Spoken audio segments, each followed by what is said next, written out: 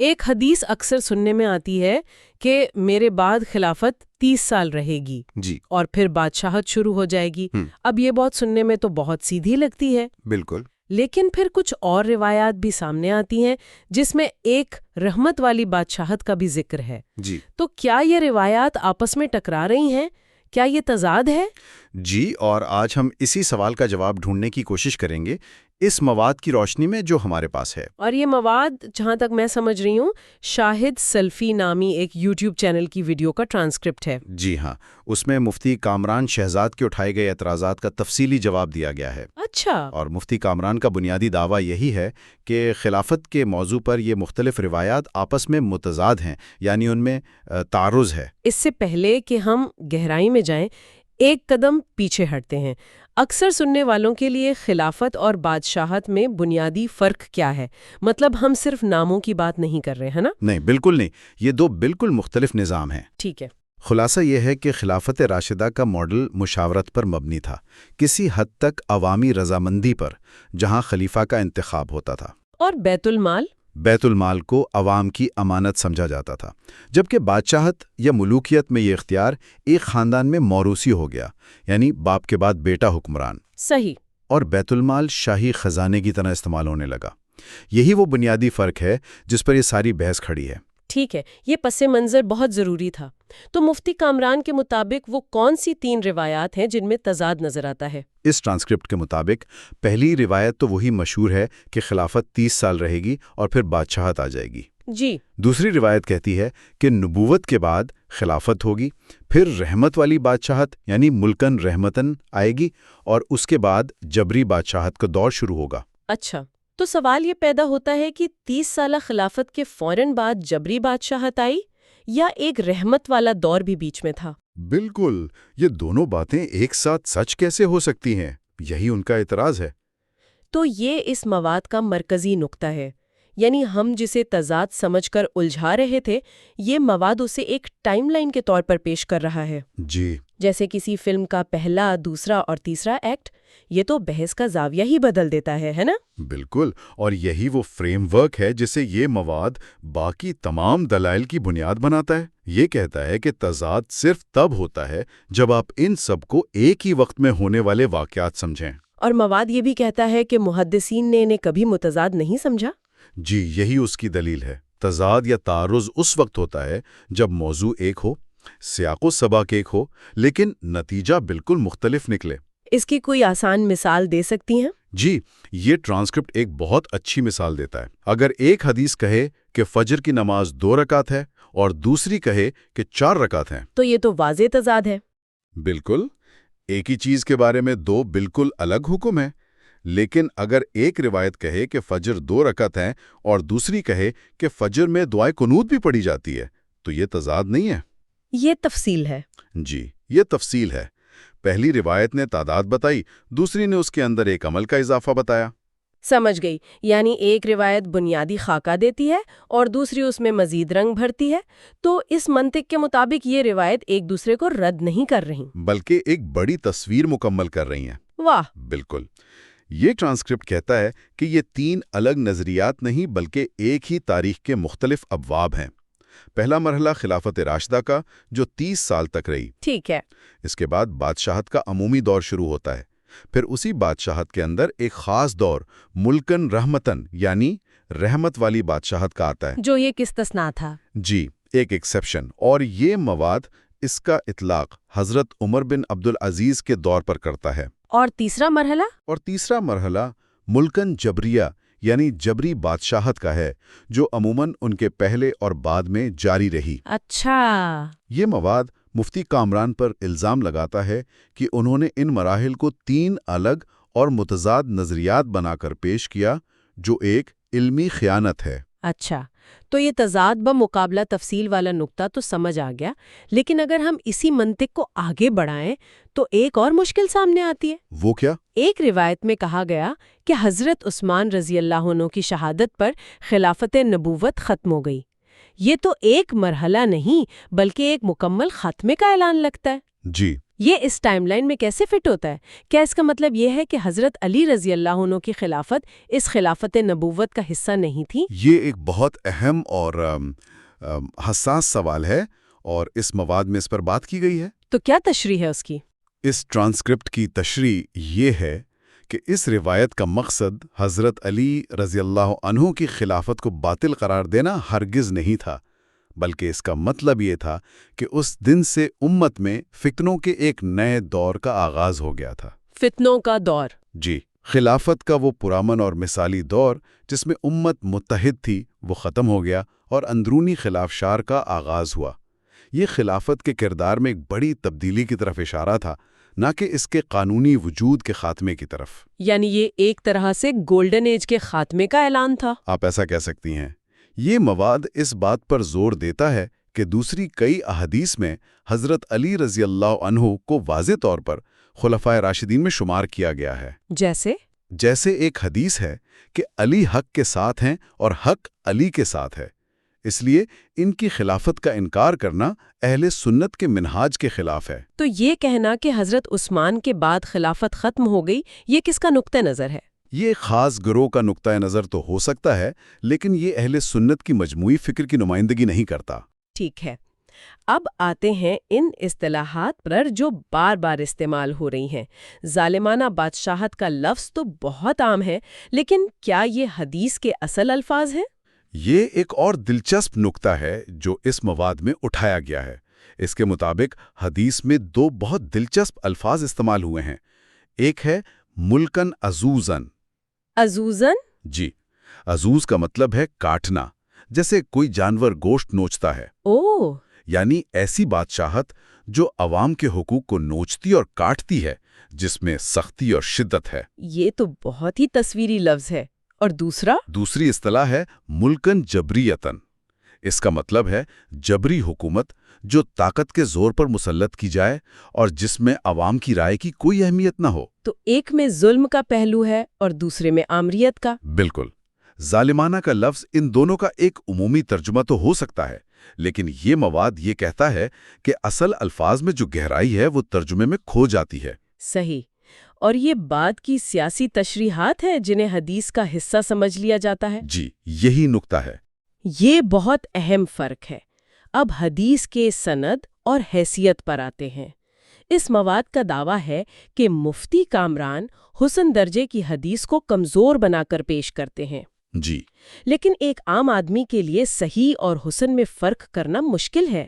کیا مفتی کامران اس تکنیکی فرق کا فائدہ اٹھا کر ایک مضبوط دلیل کو کمزور نہیں بنا رہے؟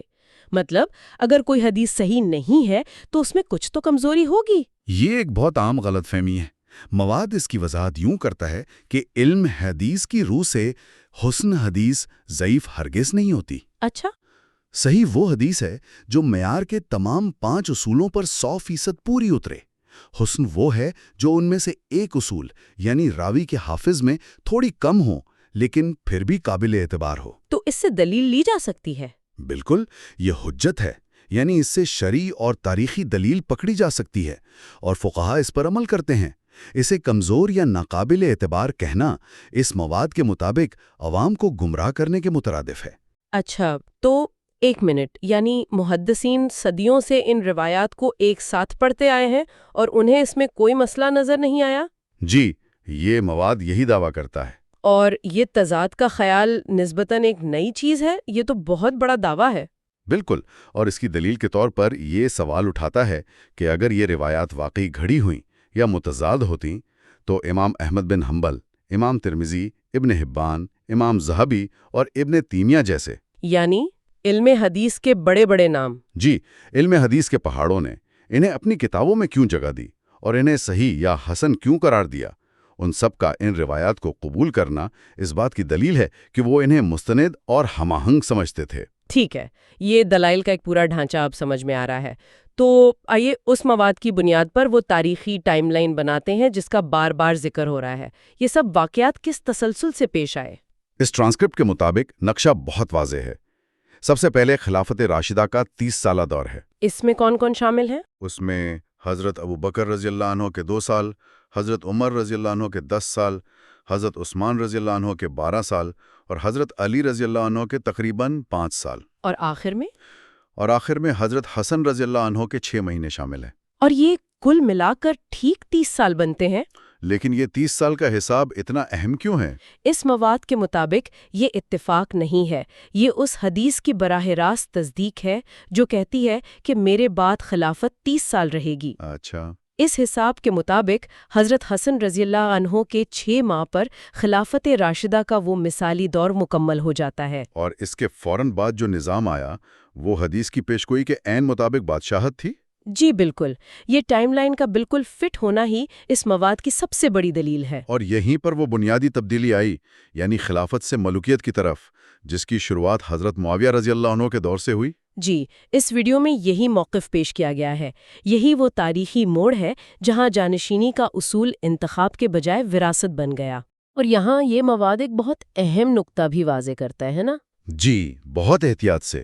وہ یہ کہ اہل سنت حضرت معاویہ رضی اللہ عنہ کی صحابیت کا احترام کرتے ہیں، لیکن ان کے قائم کردہ سیاسی نظام کو خلافت راشدہ نہیں بلکہ حدیث کی زبان میں بادشاہت ہی مانتے ہیں۔ شخصیت اور نظام میں فرق۔ بالکل، یہ فرق کرنا بہت ضروری ہے۔ تو پھر جبری ملوکیت یعنی ملکن جبریہ کا دور کب شروع ہوا؟ اس کی واضح مثال یزید کے دور کو قرار دیا گیا ہے۔ مواد میں کربلا کے المناک واقعے، مدینہ پر حملے یعنی واقعہ حرہ اور مکہ پر سنگباری کا حوالہ دیا گیا ہے۔ ٹھیک ہے۔ چونکہ یزید صحابی نہیں تھا اور اس کے دور میں ظلم اور جبر کے آثار بہت واضح تھے، اس لیے اسے ملکن جبریہ کی ایک عملی مثال سمجھا جاتا ہے۔ تو اس پوری ٹائم لائن میں وہ رحمت والی بادشاہت یعنی ملکن رحمتن کہاں فٹ ہوتی ہے؟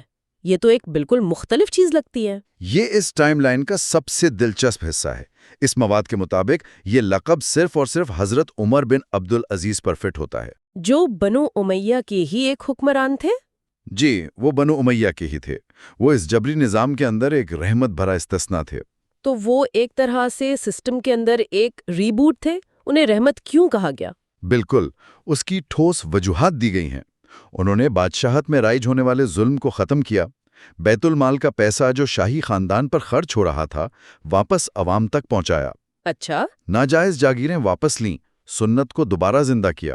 ان کی عبادت اور تقوی کا عالم خلفائے راشدین جیسا تھا، اسی لیے بہت سے علماء انہیں 5واں خلیفہ راشد بھی کہتے ہیں۔ تو وہ اس بات کا ثبوت تھے کہ نظام چاہے بادشاہت کا ہو، اگر حکمران نیک ہو تو رحمت کا ظہور ہو سکتا ہے۔ جی بالکل، یہی نقطہ ہے۔ تو اسی لیے حضرت معاویہ رضی اللہ عنہ یا یزید اس رحمت والی بادشاہت کے زمرے میں نہیں آتے؟ جی، اس ٹرانسکرپٹ میں اس کی واضح وجوہات بیان کی گئی ہیں۔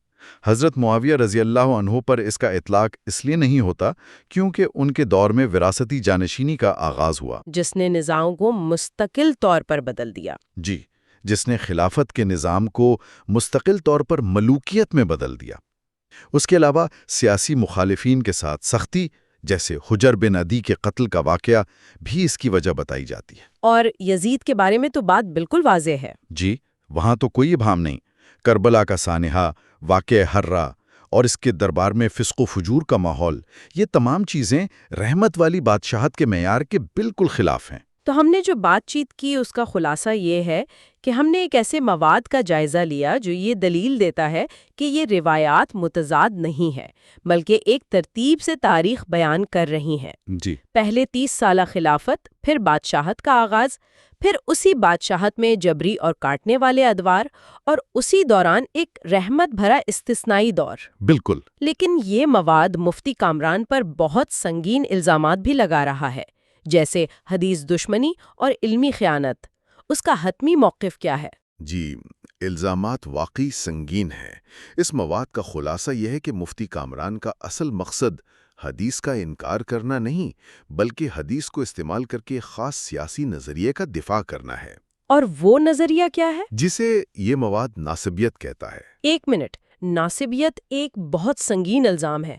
جو لوگ اس اصطلاح سے واقف نہیں، ان کے لیے آسان لفظوں میں اس کا کیا مطلب ہے؟ آسان لفظوں میں یہ ایک ایسا نظریہ ہے جو تاریخی طور پر حضرت علی رضی اللہ عنہ اور ان کے اہل بیت کے خلاف ایک منفی موقف رکھتا ہے، اچھا، اور بنو امیہ کے بعض حکمرانوں کے سیاسی اقدامات کا ہر قیمت پر دفاع کرتا ہے۔ مواد کا الزام یہ ہے کہ ان احادیث کی غلط تشریح اسی دفاعی مقصد کے لیے کی جا رہی ہے۔ اور اس کے لیے ان کا طریقہ کار کیا ہے؟ طریقہ کار یہ ہے کہ کچھ احادیث کو ان کے سیاق و سباق سے کاٹ کر پیش کیا جائے، کچھ کے مفہوم کو بدل دیا جائے اور کچھ کو متضاد قرار دے کر رد کر دیا جائے۔ اور یہ مواد اس طریقہ کار کو کس چیز سے تشبیہ دیتا ہے؟ یہ ٹرانسکرپٹ کہتا ہے کہ یہ منہج منکرین حدیث جیسا ہے۔ وہ حدیث کو قرآن سے متصادم قرار دے کر رد کرنے کی کوشش کرتے ہیں۔ یہاں حدیث کو آپس میں متصادم قرار دے کر رد کیا جا رہا ہے۔ جبکہ اہل سنت کا تاریخی موقف کیا رہا ہے؟ ان کا موقف یہ رہا ہے کہ خلافت کے 30 سال والی حدیث صحیح ہے اور دیگر روایات میں کوئی تضاد نہیں۔